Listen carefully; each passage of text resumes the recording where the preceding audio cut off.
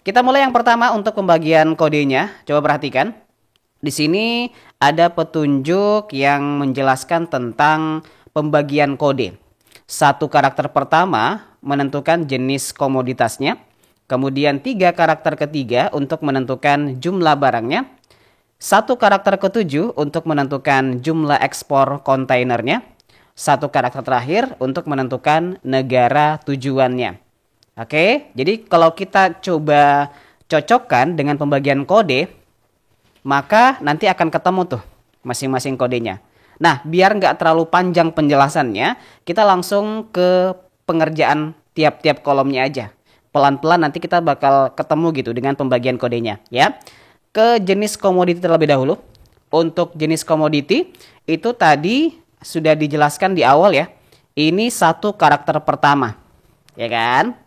Berarti kalau satu karakter pertama, kode yang tepat adalah E. Oke, ini kodenya. Satu karakter pertama, huruf E. Nah, kode inilah nanti yang akan kita gunakan untuk menjadi acuan memunculkan jawaban jenis komoditinya. Tapi pertanyaan berikutnya, E itu di mana Pak acuannya? Soalnya kalau kita zoom kecil-kecil begini tuh nggak ada ya. Nggak ada tabel yang lain. Coba kita cek di sheet sebelah ada nggak? Oh, ternyata ada di tabel bantu. Nah, yang ini kan? Oke, tabel bantu inilah nanti yang akan kita jadikan acuan. Kalau kita perhatikan, di sini ada ya huruf E, huruf P, huruf K, sama huruf S kan? Sama nggak kira-kira dengan kode di sebelah kirinya tuh? E, P, K, S, P, K. Sama kan? Iya. Maka dari itu udah jelas banget nih bahwa kode yang mau kita ambil nanti itu adalah itu tadi. Satu karakter di sebelah kirinya. Nah, karena kita udah tahu nih acuannya adalah huruf-huruf itu, maka sudah pasti nanti jawabannya yang ini kan? Jenis komoditi. Ada elektronik, ada pertanian, ada kerajinan, sama suku cadang. Oke? Itu yang akan kita munculkan di sebelah. Tapi gimana caranya Pak? Biar nanti kita bisa munculin gitu kan, tanpa perlu kita bolak-balik tabel. Karena kan biasanya itu kalau dia beda sheet berarti kita harus bolak-balik tabel kan, ngeblok array-nya gitu di sebelah.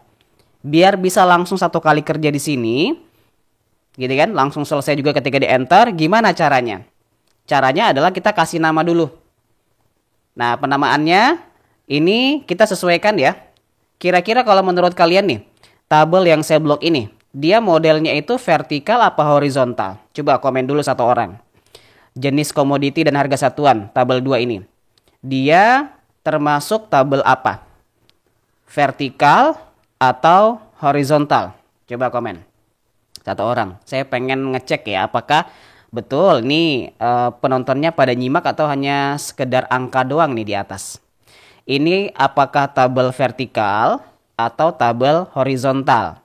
Kak Sheila, horizontal. Viana Dinata, horizontal. Kak Herman, hori. Betul, tepuk tangan dulu dong. Ya, horizontal, betul. Kenapa disebut dengan horizontal? Karena judulnya ada di kirinya, Pak. Isinya sebelah kanannya. Kalau yang vertikal itu kayak gini, Pak, di atas tuh. Judulnya di atas, isinya di bawah, itu dia vertikal. Gitu ya cara membedakannya ya. Haha. Oke, karena dia horizontal berarti cara kita memberikan nama pada area table array-nya nanti biar nggak bolak-balik adalah kita blok isinya saja ya, seperti ini. Kan judulnya kan yang ini ya, yang warna hijau. Nah, ini isinya semua ini yang E, P, K sama dolar-dolar ini. Setelah kita blok, kita klik kanan, pilih define name atau kita kasih nama ya. Istilah lainnya adalah name range. Lalu kita kasih namanya yang bagus apa nih?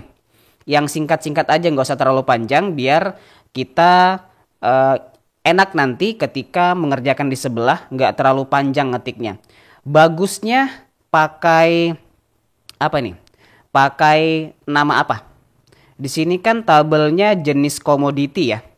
Berarti mungkin kalau kita singkat jenis komoditi jadi JK aja kali ya. Boleh ya? JK aja. JK. 2 huruf.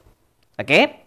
Ingat ya, namanya adalah JK, artinya adalah kalau nanti kita mengerjakan atau mengetikkan kata JK pada sinteks di sebelah, maka sama halnya dengan kita ngeblok isi dari tabel bantu ini yang jenis komoditi. Boleh ya? Kita klik OK. Sekarang kita akan ke sheet sebelah untuk mulai mengerjakan soalnya atau kolomnya. Ingat ya, tadi namanya JK. Oke, rumus yang kita gunakan udah pasti adalah lookup karena tadi tabelnya kan horizontal tuh. Setelah itu baru kita mengambil acuannya yang sesuai dengan tabel referensi di sebelah. Acuan di sebelah tadi letaknya ada di sebelah mana tuh? Yang E, P, K, S. Kiri, berarti kita pakai left ya. Oke. Setelah itu baru kita blok isi dari referensi kolom kode pesanannya, yang mana kita nanti bakal ngambil satu karakter aja yang sebelah kiri. Karena dia cuma satu karakter, jadi kita nggak usah menggunakan numchars, boleh di skip dengan cara tutup kurung saja. Kemudian lanjut dengan koma. Di sini ada keterangan table array. Table array itu adalah isi dari tabel bantu yang nanti kita jadikan sebagai acuan untuk mengambil jawabannya yang jenis komoditi tadi. Tadi kita udah kasih nama kan sama-sama, udah blok ya. Terus divine name namanya apa? JK, 2 huruf tadi. Aktifkan. Kalau kalian pakai name range udah nggak usah lagi model kunci-kuncian ya, nggak usah F4, nggak usah FNF4 karena sudah otomatis ketika kalian berikan nama tadi di sebelah dia sudah diberikan absolute dollar. Otomatis tuh. Koma lagi, row index 6 ada pada baris keberapakah jenis komoditi tadi? Tadi kan ada 3 baris tuh. Baris pertama adalah kode, baris kedua adalah jenis komoditi, baris ketiga itu adalah harganya kan. Nah, karena karena yang mau kita munculkan di sini adalah jenis komoditi, itu letaknya ada di baris ke-2. Koma, range lookup-nya false atau 0 karena datanya sama persis ya. Seperti ini saja cara menganalisanya, kemudian menentukan rumusnya, lalu kita menyusunnya menjadi sebuah jawaban. Jadi kalau kita enter, dia bakal langsung sesuai tuh. Elektronik, betul nggak? Elektronik. Coba dicek dulu ya. Elektronik, P pertanian, K kerajinan, S suku cadang. Coba cek lagi. P pertanian, K kerajinan, S suku cadang. Betul. Kita lanjut untuk jumlah barang itu di pembagian kodenya adalah 3 karakter ketiga guys. Coba kalian perhatikan. Ketiga, kalau ketiga berarti dihitung dari awal kan? Dari E, 1. Garis datar, 2. Angka 3 ini adalah karakter ketiga kan? Berarti kalau karakter ketiga kan dimulai dari 3 nih. Kemudian jumlahnya berapa? 3 karakter, berarti 350. Nah, betul, 350 yang diambil nanti. Jadi ini jawabannya. Jumlahnya adalah ini, 350. Nah, gimana caranya kita bisa mengambil jumlah 350 yang letaknya ada di tengah itu pakai rumus. Rumus apa yang tepat menurut kalian? Kalau letaknya itu ada di bagian tengah ini. Rumusnya adalah, yang tahu langsung komen ya. Kak Aldino, terima kasih sudah support tap-tap layarnya. Kak Diva betul. Mid. Mid kan itu singkatan dari middle ya, artinya tengah. Jadi kita mengambil karakter sebelah tengahnya. Lalu kita blok satu kolom. Kemudian koma star 6 itu adalah hitungan dari karakter awal sampai ke kode yang mau kita ambil itu ada berapa hitungan. Tadi kita udah hitung sama-sama kan 3. Terletak pada hitungan ketiga. Koma 6 charge itu adalah number karakternya. Ada berapa karakter kah? 350 3. Gitu aja pembagiannya, lalu enter. Tuh dia muncul. Ya.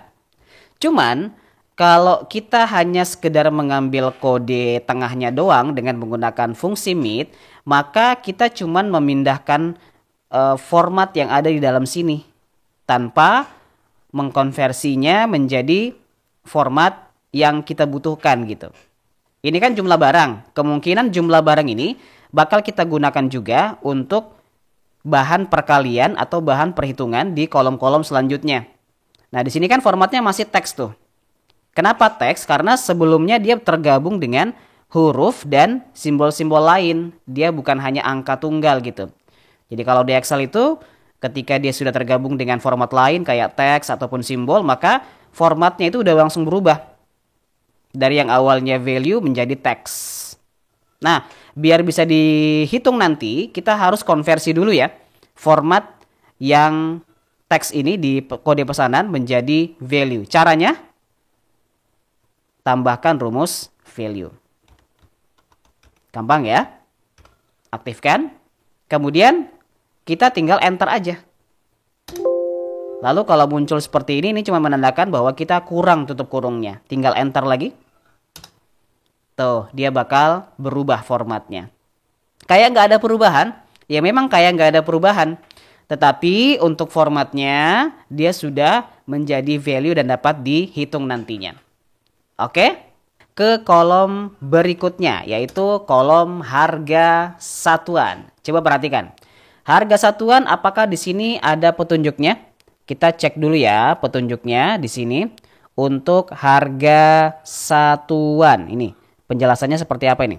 Bentar ya. Kita lihat dulu. Oh, kayaknya dia ada di tabel sebelah deh. Sini kan tidak ada nih. Nah, ini nih, lebih tepatnya di sini dia. Harga satuan, betul? Oke. Jadi patokan kita nanti di tabel sebelah ada di tabel nomor 2, yaitu tabel jenis komoditi dan harga satuannya. Di mana harga satuannya ini muncul dalam kurs dolar. 75,75 US dollar. Ini 65,50 dolar dan seterusnya. Ya. Nah, bagaimana cara kita bisa ngebaca tabel ini nanti tanpa harus bolak-balik itu satu. Kemudian nanti kita munculin harga satuannya. Kan gitu ya.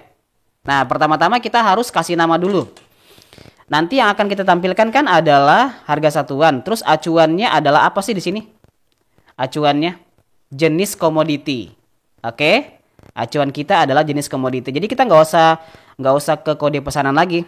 Jadi kita nggak usah ke kode pesanan lagi yang banyak ini. Karena akan meribetkan kita harus menggunakan kombinasi rumus teks lagi kayak left, mid, atau right gitu kan.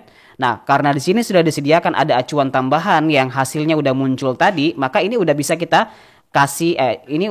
pakai sebagai acuan, sebagai pengganti dari kode pesanan. Karena kan di sini ada kan jenis komoditi kan? Nah, ada.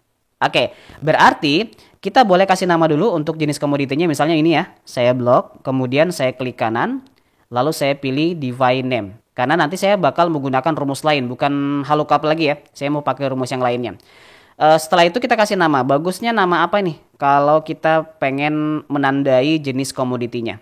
Biar nggak terlalu panjang, mungkin komoditi aja kali ya. Komoditi. Komoditi ini sebagai workbook yang akan menyambungkan kita ke satu range jenis komoditi ini isinya. Oke. Kita klik OK lagi. Kemudian setelah itu kita akan kasih nama juga untuk harga satuannya di bawah. Kita blok, klik kanan, pilih divine name. Lalu di sini bagusnya nama apa? Nama harga satuan aja deh. Satuan. Oke, ingat ya. Tadi kita udah bikin dua. Yang pertama adalah komoditi, yang kedua adalah satuan untuk satu baris seperti ini. Yang harganya, judulnya nggak usah. Klik OK. Nah, setelah kita kasih nama dua-duanya, baru kita mulai mengerjakan di sebelah ya, di sheet soal tesnya. Perhatikan, saya akan menggunakan rumus XLOOKUP. Jadi keunggulan dari XLOOKUP ini adalah kita cuman main blocking area yang kita butuhkan saja, kayak isi dari barisnya gitu kan, tanpa perlu lagi kita menghitung pada baris keberapa, ya kan? Nah, itu enaknya kalau menggunakan XLOOKUP. Setelah itu kita masukkan lookup value-nya. Lookup value itu adalah sel yang menjadi acuan. Tadi kita udah menentukan tuh di awal. Ketentuannya atau acuannya adalah jenis komoditi. Jadi kita boleh blok ya satu kolom seperti ini untuk jenis komoditinya. Lalu lanjut dengan koma atau titik koma. Nah, di sini ada namanya lookup array. Lookup array itu adalah yang bergandengan dengan lookup value. Tadi kita menentukan lookup value apa tuh di tabel soal? Jenis komoditi kan? Maka lookup array di tabel bantu sebelah itu juga harus kita jadikan acuannya itu di jenis komoditi juga. Kebetulan tadi kan kita udah kasih nama tuh jenis komoditinya. Namanya apa? Yang tadi ikut dari awal. Kita udah kasih nama. Coba komen. Komoditi tadi namanya kan. Aktifkan dengan menekan tombol tab. Lalu koma return array. Return array itu adalah jawabannya. Yang mau kita tampilkan apa sih? Harga satuan kan? Nah, tadi kebetulan kita udah kasih nama juga tuh harga satuannya. Namanya tuh langsung muncul. Kita baru ketikkan 2 huruf SA udah muncul dia satuan. Aktifkan lagi dengan menekan tombol tab. Setelah itu baru kita balas kurung. Sebenarnya sampai di sini udah selesai nih. Kalau saya enter, maka nanti jawabannya dalam kurs dolar ya. Oh nggak bisa, karena tadi saya menggunakan acuan satu kolom, berarti dia nggak mau ya. Kita ganti pakai satu sel saja. Nah dia muncul gitu kan, lalu kita kontrol dia. Nah ini dia masih mengacu pada tabel di belakang. Yang ini, yang 75,75, 65,50, 70,25, 76,50. Maka muncul angkanya seperti itu dalam bentuk pembulatan gitu kan. Cuman ini Pak, kenapa RP ya? Karena kebetulan format sel yang sudah saya gunakan sebelumnya itu adalah format RP. Tapi tetap ini bukan rupiah ya, ini tadi dolar gitu. Jadi kalau misalnya kita mau samakan dengan di sebelah, berarti ini kan format selnya kita harus ubah dulu. Ctrl 1 misalnya, lalu kita masuk di general aja. Kita tampilkan dalam bentuk umum aja formatnya. Klik OK, nanti dia bakal kayak begini. Sudah sama dengan di sebelah gitu ya, 75,75, 65,5 gitu. Misalnya elektronik, coba kita cek dulu. Elektronik adalah 75,75 ya. Elektronik betul. Kemudian pertanian 65,5. 65,5 betul. Kerajinan 70,25 betul. Suku cadang 76,5 betul. Sama kan? Sama. Cuman kan ini dia masih kurs dolar tuh. Jadi bagaimana cara kita agar bisa menampilkan dalam laporan itu bukan lagi dalam kurs dolar seperti yang tertera di tabel bantunya. Jadi kita harus kalikan dengan 1 dolarnya berapa rupiah gitu. Kebetulan di sini udah disediakan. Di sel atas ada 1 rupiah itu 16.221. Nah, tinggal dikali aja di ujung. Kali, ya kan? Lalu kalian klik kursnya ya, yang 16.000 sekian itu. Jangan lupa, karena ini dia acuan perkaliannya cuma 1 sel doang, maka kita harus kunci ya, biar ketika kita duplikasi ke bawah, dia tidak akan bergeser ke baris-baris atau ke sel-sel selanjutnya di bawah. Jadi tetap dia mengacu pada sel 16.221 ini. Caranya dengan menekan tombol F4 1 kali saja. Lalu enter. Nah, sisanya tinggal kita blok, Ctrl D untuk menduplikasi hasil yang ada di atas. Ini dia jawabannya. 1,2 juta lebih ya, dengan decimal place yang ada di belakang, koma sekian gitu. Ini sangat detail dia menampilkan karena kebetulan untuk data yang di sebelah juga demikian gitu. Jadi koma berapa dolar sehingga dikonversi secara otomatis menjadi sekian. Oke? Oke. Kita lanjut di rumus nomor 2-nya. Ini adalah alternatif lainnya yang saya siapkan kepada kalian dan merupakan cara klasik yang kemungkinan kalian sudah kuasai sebelumnya. Kenapa saya bilang klasik ya? Karena rumusnya itu menyesuaikan dengan model tabelnya gitu. Jadi kalau tabelnya dia di sini horizontal ya udah pasti pakai lookup kan?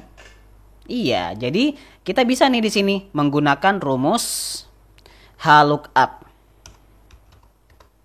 Lalu kita menggunakan acuan sebelah kiri yang EPK ini, berarti kita butuh bantuan rumus left karena letak kode tersebut ada di sebelah kirinya. Lalu kita lanjut dengan teksnya, ambil 1 kolom sekaligus seperti ini, koma. Ada berapa karakter? Karena cuma 1 karakter jadi gak usah dimasukkan ya, langsung balas kurung saja. Lanjut, koma. Table array-nya namanya apa? Tadi kita udah kasih nama kan sama-sama di awal. Itu kita gunakan di kolom jenis komoditi. Siapa yang masih ingat nama range-nya tadi di sebelah? Apa? Boleh komen. Kak Good Girl, JK, cakep, ngikuti dari awal nih Kak JK ya. Betul banget. Nama range-nya itu adalah JK. Koma, baris keberapa nih? Harga satuan tadi.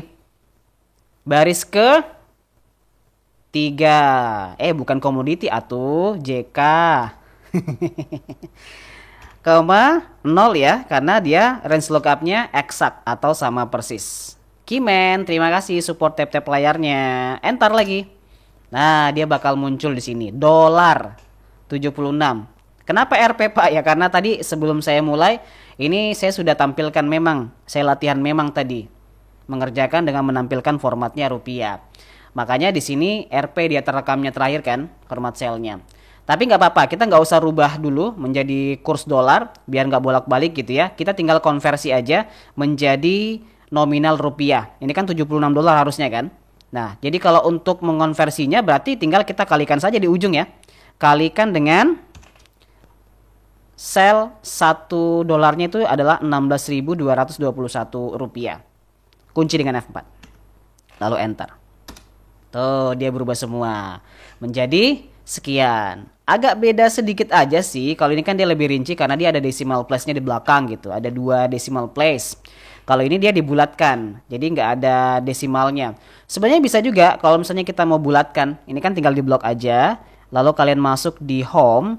Itu ada namanya di bagian number itu ya. Ada namanya decrease decimal. Nih, untuk mengurangi desimalnya sekaligus pengurangan itu akan menjadi pembulatan untuk angkanya. Kemudian sebelah sini itu ada namanya increase. Kalau increase desimal itu berarti kita menambahkan angka desimal di belakang nominal yang kita cantumkan. Ini biasanya digunakan di perbankan tuh. Jadi kalau misalnya kalian nabung ada angka desimalnya di belakang kan yang koma 00 gitu kan, koma berapa itu dipakai. Nah, kalau kalian mau tampilkan ya tinggal pilih increase aja. Berapa banyak decimal place yang kalian mau tampilkan di situ boleh. Kalau mau dibulatkan ya tinggal pakai aja decrease decimal yang ini. Dia bakal mengurangi sekaligus membulatkan. Tergantung jumlah decimal place-nya ya. Kalau cocok untuk dibulatkan ke atas, dia bakal dijumlatkan ke atas secara otomatis. Kalau tidak ya tetap di angka itu. Nggak ada pembulatannya. Untuk total harga barang ini gampang banget nih, nggak ada petunjuk apapun yang disampaikan di dalam sini ya. Jadi kita diminta menganalisa dari data yang tersedia di sini, mulai dari jumlah barang dan harga satuan, kayaknya udah pasti deh ya. Udah pasti rumusnya ini, karena angkanya cuma 2 kolom kan yang kita munculkan tadi, yaitu jumlah barang sama harga satuan, sehingga total barangnya rumusnya apa? Coba sama dengan jumlah barang dikali harga satuan. Begitu ya. Nah, enter. Tuh, dia bakal langsung memunculkan jawabannya. Ini gampang, jadi nggak usah terlalu panjang lebar di sini ya. Bisa ya, kita lanjut lagi boleh? Coba kita lihat dulu negara tujuan. Ini pembagian kodenya apa sih? Pembagian kodenya adalah 1 karakter terakhir. Tuh, coba lihat. Berarti yang mana tuh? Kayaknya jelas banget ini ya. 1 karakter terakhir itu ada J, ada A, ada C, ada I, ada B. Yang itu Pak. Terus acuannya di mana? Coba kita intip di sebelah. Ada nggak kira-kira acuannya? Nah ini ada nih acuannya nih. J, A, I, H, C, B. Kalau J itu Jepang, A Amerika, I Inggris, H Hong Kong, C China, B Belanda. Oke? Nah, biar nanti kita nggak bolak-balik, karena emang edisi hari ini tuh saya spesial edisi name range lagi, biar nggak bolak-balik ke sheet tabel bantu. Kita kasih nama aja. Isi dari tabel ini kan tabel vertikal ya. Ya, jadi kita boleh blok aja keseluruhan isinya seperti ini. Kemudian kita klik kanan, lalu pilih define name, kita kasih nama. Namanya apa bagus? Negara aja kali ya. Negara. 1 kata kalau bisa, biar nggak terlalu panjang. Ingat, namanya adalah negara, yang mana kalau kita ketikkan kata negara dalam sinteks, maka nanti sama halnya dengan ngeblok area dari isi tabel bantu ini di sebelah. Oke? Enter. Sekarang kita akan coba langsung mengerjakan soalnya karena udah kita kasih nama. Rumus yang kita gunakan pertama, karena kita pengen ngambil acuan itu adalah J. Nah, ini boleh saya freeze pen dulu barangkali. Biar kita bisa geser dan zoom in. Mana nih negara tujuan. Oke ini ya. Saya zoom sedikit. Kita pengen ngambil dulu karakter di sebelah kanan, berarti pakai rumus right. Lalu kita blok satu kolom kode pesanan seperti ini. Kemudian enter kan? Ya, enter. Tuh, satu-satu dulu. Kita udah berhasil memunculkan acuan yang sama nih, yaitu JAC, udah sama dengan di sebelah kan? Nah, karena udah sama, tinggal kita baca aja tabelnya di sebelah dengan cara menyesuaikan dengan model tabelnya. Model tabelnya apa? Vertikal ya. Berarti VL di depan atau sebelum rumus right-nya, sambung di ujung dengan tanda baca koma atau titik koma. Ada namanya table array. Isi dari tabel bantu tadi namanya apa? Yang tahu langsung komen. Negara tadi namanya, aktifkan. Lalu koma, ada pada kolom keberapakah tadi? Negara tujuan, Kak Seya. Negara tujuan tadi baris lagi. Kolom ke 2. Kan kolom pertama tadi adalah kode. Yang kedua itu negara tujuan kan di sebelah. Ya betul Kak Good Girl. Modelnya dia vols ya atau exact. Jadi kita boleh ganti dengan 0. Enter. Tuh. Udah cocok belum? J Jepang. Betul. A Amerika. C China. I Inggris. A Amerika. B Belanda. H Hong Kong. Betul. Boleh, kita lanjut ke rumus 2. Rumus 2 ini saya pengen ngajak kalian menggunakan rumus yang lain yang nanti cara pengerjaannya itu cukup beda dengan HLOOKUP yang merupakan cara tradisional atau cara lama. Oke, saya kepengen ngeblok area yang akan kita gunakan sebagai referensi saja. Misalnya negara tujuan ya. Kita pengen menggunakan negara tujuan ini pertama. Jadi kita kasih nama, cukup isinya saja. Kemudian kita klik kanan, lalu pilih Divine Name. Nah, namanya boleh bebas, kita kasih nama apapun, terserah. Biar nggak terlalu panjang, mungkin boleh ya kita singkat. Ini kan negara tujuan nih. Negara tujuan kita singkat dengan NT aja. N dan T. Nah, betul. Langsung nyambung Kak Good Girl ya. Kalau singkat-singkat dia cocok dia. Oke. 1. Kita udah kasih nama. Kemudian kita juga mau menggunakan referensi lain yaitu kode negara untuk menjadi acuannya gitu. Kita blok, klik kanan, pilih Divine Name, kita ganti dengan nama apa kalau kode negara. Singkatannya kode negara itu KN ya. Kode negara kan? Iya. 2 huruf awalnya ya, betul Kak Good Girl. Kemudian kita klik OK untuk menyelesaikannya dan kita akan langsung menggunakan rumusnya di sebelah. Coba tebak, kira-kira saya mau gunakan rumus apa kalau model dari cara blocking referensi data saya kayak gitu tadi. Kita langsung mulai rumusnya. Saya mau pakai rumus indeks. Ya, bisa dibilang rumus jadul juga sih karena ini rumus yang lama. Oke, setelah itu kita masukkan array-nya. Array-nya itu adalah jawaban yang mau kita tampilkan. Apa yang mau kita tampilkan sini? Negara tujuan kan? Nah, tadi negara tujuan kita kasih nama apa? NT kan? NT. Kemudian, koma. Kita ambil acuannya pakai match. Biar nanti bisa cocok ya. Acuan apa, negaranya apa. Acuan apa, negaranya apa. Gitu. Setelah kita masukkan matchnya, karena ini untuk acuannya yang kedua, itu dia terletak pada posisi di ujung kanan pada kode pesanan ya. Jadi kita nggak bisa langsung ngambil satu sel kode pesanan ini, maka kita butuh bantuan rumus kanan atau right untuk mengambil satu kode sebelah kanan yang J ini, yang J, A, C. Lalu kita blok ya satu kolom kode pesanannya untuk bagian teksnya. Oke. Nah, setelah kita blok, berikutnya kita lanjut dengan balas kurung saja. Karena kalau dia satu karakter itu nggak usah dimasukkan 6 charge-nya ya. Koma, ada namanya lookup array. Di formula bar aja deh, saya lanjut. Nah, lookup array itu adalah bagian dari lookup value di match-nya. Jadi kalau misalnya kalian menentukan match-nya itu adalah kode pesanan, maka lookup array-nya di rumus match juga harus kode. Nah, sebelumnya kan kita udah kasih nama kode tuh. Kode yang JAC di tabel bantu sebelah namanya apa tuh? Ada yang ingat kodenya? Kode negara kan tadi kita singkat KN.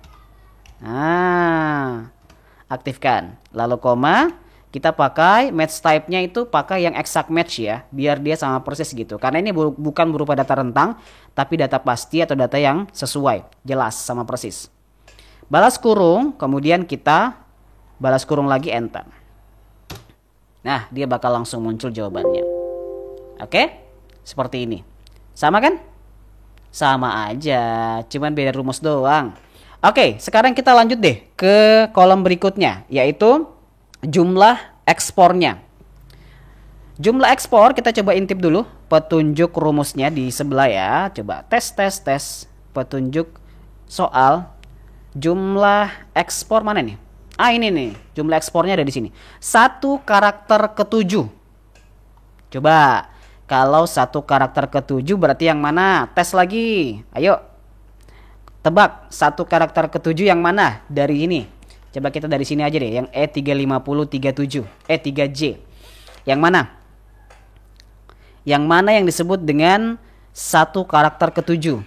Kak Sea, good girl, 3. Coba kita hitung ya. Kalau petunjuknya 1 karakter ke-7, berarti dihitung dari awal sampai hitungan ke-7 kan?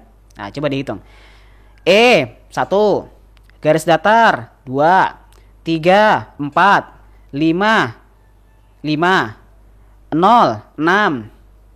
Kok salah? Jangan begitu deh. Saya hitung langsung aja ya. 1, 2, 3, 4, 5, 6, 7. 7 ya, betul ya. Nah, berarti tadi yang kita ambil adalah 3. Kalau 3 tadi posisinya pakai mid. Oke, kita blok ya, 1 kolom. Terus berikutnya koma 7 ya. Start namanya 7. Baru jumlah karakternya tadi berapa? 1.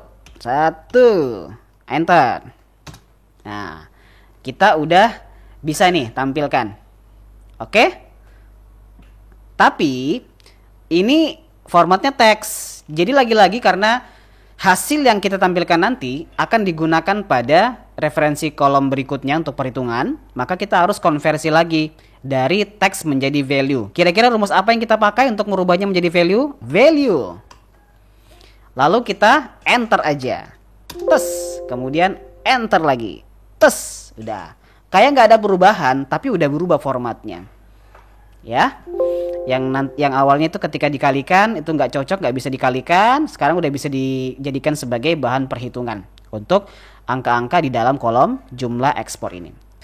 Biaya kontainer mana nggak? Untuk jenis komoditi, oh ini pajak, ini PPN, nggak ada di sini guys. Adanya itu di sebelah kayaknya. Di ini nih dia. Ternyata nyempil di sini dia di tabel negara dan biaya kontainer. Dari sini kita akan mengambil jawabannya. Kebetulan tadi kita udah kasih nama ya tabel ini. Namanya apa coba? Yang masih ingat? Kita udah kasih nama kan untuk tabel 1 ini. Karena tabelnya tadi di sebelah itu dia vertikal, maka kita boleh dong ya pakai rumus VLOOKUP, dan karena nanti yang mau kita ambil acuannya itu ada di sebelah kanan yang J ini, maka kita tambahkan nanti dengan rumus right ya. Oke, boleh kita free span dulu biar bisa di zoom dan lebih dekat lagi. Nah, di sini kita coba tampilkan sama dengan VLOOKUP right. Gampang. Lulus semua insya Allah kalian nih. Blok. Kemudian berikutnya langsung balas kurung aja ya, karena kan cuma 1 karakter tuh. Lanjut dengan koma, table array-nya namanya tadi negara kan? Nah, negara, lalu koma, kolom keberapa negara? Kolom ketiga Pak, koma, 0 atau false, lalu enter. Wih, muncul, tapi yang muncul dolar. $225 maksudnya ini. Ini $225 kan, ini $325. Meskipun di sini simbolnya Rp. Tapi sebenarnya ini dolar. Kenapa Rp Pak? Ya karena sebelumnya saya sudah kerjakan latihannya.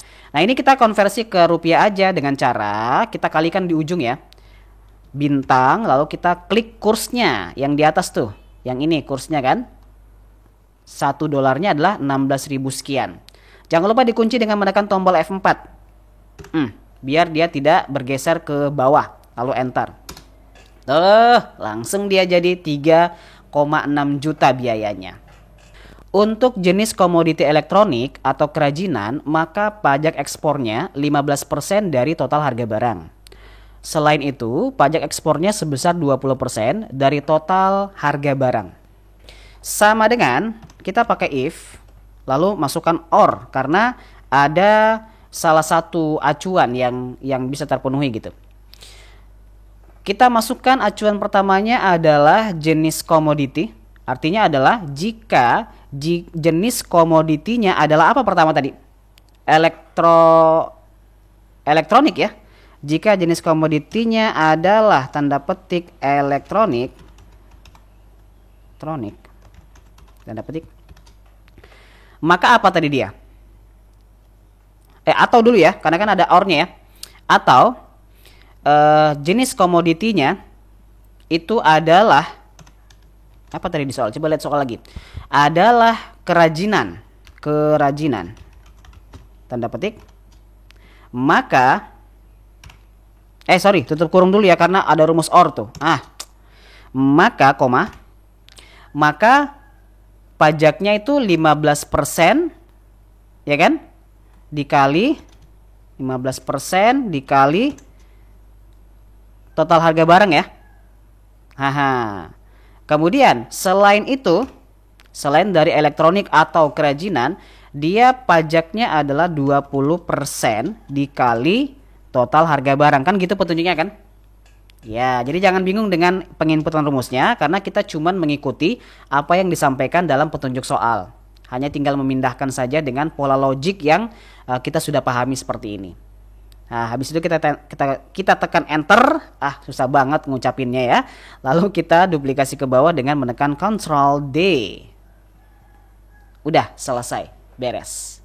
Oke, kita lanjut ke sebelah di PPN. PPN ada petunjuk kah? Coba kita intip lagi PPN-nya. Jika jenis komoditi elektronik, maka PPN-nya sebesar 5% dari total harga barang. Selain itu, tidak dikenakan biaya PPN. Berarti rumusnya adalah, acuannya tadi tetap sama ya. Rumusnya sama dengan if, lalu kita masukkan acuan pertama itu adalah jenis komoditi. Boleh mungkin, tadi kan kita satu sel. Sekarang boleh dong satu kolom biar otomatis. Jika jenis komoditinya sama dengan tanda petik elektronik, maka dia PPN-nya 5% ya. 5% dikali total harga barang. Enak banget nih kalau 5%-nya nggak terlalu banyak potongannya ya. Oke, selain itu, artinya selain dari komoditi elektronik itu nggak kena PPN. Nah, kalau nggak kena PPN, kita bisa simbolkan dengan angka 0. Balas kurung. Enter. Tuh, dia muncul. Ya, ini kenapa kok kosong-kosong semua ini, Pak? Karena dia bukan elektronik. Ya kan, ini elektronik nih. Coba kita zoom sedikit ya. Lalu kita perlihatkan dekat-dekat nih. Nah, ini. Ini dia elektronik dapat. Ini elektronik dapat. Elektronik dapat. Yang lainnya kan bukan elektronik ya. Nah, makanya dia kosong, nggak ada PPN-nya di situ. Sesuai dengan petunjuk tadi ya. Aman ya kira-kira ya. Total tagihan ini gampang banget nih, karena kita cuman diminta menganalisa saja berdasarkan data yang tersedia di situ. Yang tahu langsung komen ya. Kira-kira kita menggunakan data mana nih untuk perhitungannya? Kalau nggak salah kita bakal kalikan ini deh, jumlah ekspor. Kemudian kita kali dengan apa ya, kita jumlah dengan apa. Ini yang jelasnya datanya dari sini nih. Dari jumlah ekspor, biaya kontainer, pajak ekspor sama PPN. Itu yang akan kita gunakan data-datanya. Jadi rumusnya adalah sama dengan, kita klasifikasi dulu ya. Karena kan di sini jumlah ekspornya beda-beda ya, setiap baris itu ada yang 3, ada yang 2 dan seterusnya. Jadi mungkin boleh, ini saya kepengen menampilkan hasil dari jumlah ekspor dikali biaya kontainernya dulu. Hasil dari itu baru kita jumlahkan dengan pajak ekspornya ya, lalu ditambah lagi dengan PPN-nya. Oke, berarti rumusnya begini. Boleh kita buka kurung dulu, untuk ekspornya kita kalikan ya. Kita kalikan dengan biaya kontainer, lalu balas kurung, kemudian kita jumlahkan dengan pajak ekspor, dan kita jumlahkan lagi dengan PPN. nggak tutup kurung juga kayaknya bisa deh ya. Karena kan secara otomatis dia bakal langsung mendahulukan perkalian. Tapi gak apa-apa, ini untuk memudahkan pemula supaya mereka bisa mengklasifikasi mana yang lebih dulu dicari jawabannya. Nah ini udah selesai, kita enter saja, lalu kita duplikasi ke bawah, Ctrl D, maka dia bakal langsung muncul jawabannya. Wih banyak juga ya, sampai ratusan juta loh guys, total tagihannya. Tapi kan ini nih mainan ekspor ya, mainan miliaran, duit miliaran mainannya ya, bukan kayak kita nih yang cuman jeti-jetian. Ekspor. Kita lanjut kalau begitu di rekapitulasi bagian bawah nih. Jumlah rata-rata terkecil terbesar. Wih gampang. Langsung komen yang tahu ya. Langsung aja komen yang tahu. Sum. Kemudian kita bukan yang ini, total tagihan ya. Nah, di sini enter, di sini average ya. Kemudian block, enter. Di sini rumusnya min, average lagi total tagihan. Enter, yang terbesar rumusnya max, kita blok, enter, udah beres Pak. Saya mau kasih alternatif kepada kalian untuk pola otomatisnya. Ini barangkali bisa jadi sebagai tambahan aja. Saya hanya mau ngasih tahu bahwa ada cara yang bisa kalian gunakan untuk memunculkan langsung 4 sekaligus ke bawah. Kalau yang sebelum-sebelumnya kan yang kita pelajari konsep paralel itu kan ke kanan tuh. Jadi beberapa kolom ke kanan. Nah ini saya pengen tampilin bagaimana caranya kita bisa memunculkan beberapa baris ke bawah. Dengan model paralel juga. Tapi paralel ke bawah. Perhatikan. Saya akan menggunakan rumus choose. Ada yang udah pernah menggunakan rumus ini? Kalau udah, komen udah. Kalau belum, komen belum. Rumus choose. CHOOSE. Coba, saya pengen ngecek dulu. Belum. Good girl. Yang lainnya? Belum. Mbak Nisa. Oke, banyak yang belum ya. Oke. Karena saya kepengen paralel langsung beberapa baris sekaligus ke bawah. Dan rumusnya nanti kita kombinasikan dalam satu sel saja.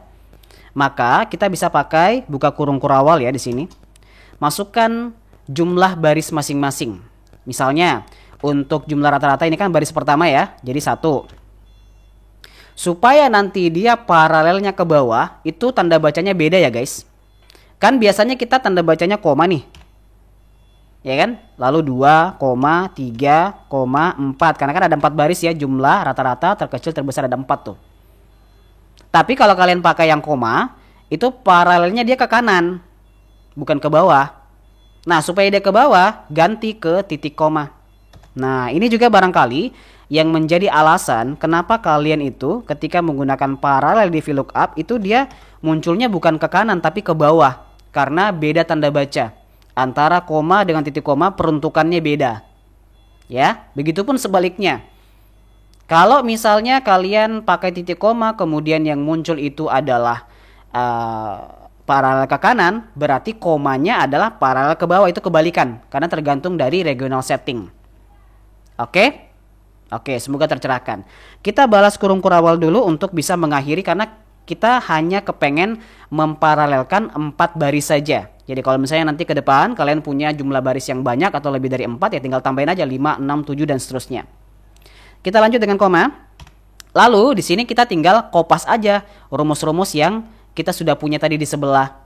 Atau kita ketikkan deh karena nggak bisa dikopas ya. Soalnya kita sekarang dalam mode rumus nih. Oke, biar nanti dia kelihatan rapi, saya ALT enter aja ke bawah. Kemudian kita masukkan rumus pertama apa yang jumlah itu sum ya. Sum, lalu kita blok. Balas kurung. Koma, ALT enter lagi. Yang kedua apa rata-rata average. Kemudian kita blok, balas kurung, koma. Yang ketiga terkecil min ya, min. Lalu kita blok, balas kurung, koma, alt enter. Yang terakhir max ya, max. Lalu kita blok, kemudian balas kurung, balas kurung lagi. Udah selesai. Oke, ketika kita enter, dia akan langsung muncul sekaligus 1, 2, 3, 4. Jadi tanpa harus masukkan satu-satu. Tapi sebenarnya sama aja sih. Ini sama sebenarnya ketika kalian satu-satu tadi. Sama dengan sum, block, enter. Sama dengan ini, block, enter. Sama dengan ini, block, enter. Cuman kita ngurangi jumlah enternya. Kalau ini kan kita 4 kali enter. Nah, kalau ini cuma 1 kali enter tadi. Karena kita gabungin langsung 4 rumus di dalamnya. Itu aja bedanya. Jadi kalau mau dihitung dari waktu yang digunakan sih at least cuman berapa detik aja bedanya. Cuman kan ini alternatif ya. Barangkali bisa jadi ilmu tambahan buat kalian. Boleh deh kalian jadikan sebagai ilmu tambahan saja. Untuk item. Item berarti yang mana nih? Item. Coba kalian lihat dulu ya di sini. Kita bakal merekap kolom item ini berdasarkan jenis elektronik, pertanian, kerajinan, suku cadang. Oh, berarti yang ini. Berarti jenis komoditinya. Jadi elektronik itu ada berapa kali di sini? Kemudian untuk pertanian berapa kali yang muncul di sini? Berapa kali muncul maksudnya? Begini yang kerajinan juga demikian. Berarti pakai rumus apa? Count if ya. Ya, count if. Kemudian range-nya itu adalah satu kolom jenis komoditi karena ini yang pengen kita hitung. Kemudian kita kunci dengan F4, lalu koma. Untuk kriterianya ya jenis, karena ini ketimpa oleh rumus ya.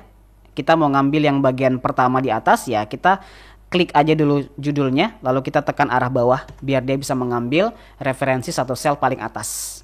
Udah selesai, kita enter. Kemudian kita duplikasi ke bawah, Ctrl D. Dia bakal ngikut. Oh, elektronik itu ada 3, bener nggak? 1, 2, 3, betul. Pertanian ada 3. 1, mana lagi tuh? 2, 3, betul. Kerajinan ada 4. 1, 2, 3, 4. Suku cadang itu 2. 2 ya, betul. Kemudian jumlah barangnya. Jadi kita diminta merekap ada berapa jumlah barang dengan kriteria elektronik misalnya. Jadi nanti di sini ya acuan kita sekarang ya, di sebelahnya itu ada kolom jumlah barang kan. Itu yang kita blok nanti. Berarti rumusnya sama dengan apa? Yang tahu langsung komen SUMIF.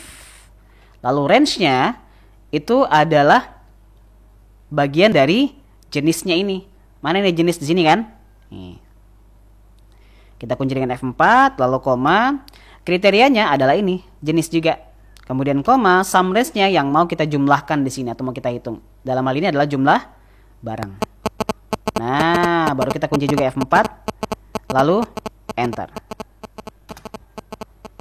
Oke? Bisa kira-kira guys? Bisa lah ya. Sisanya tinggal kita Ctrl D. Udah beres. Dia udah selesai semuanya.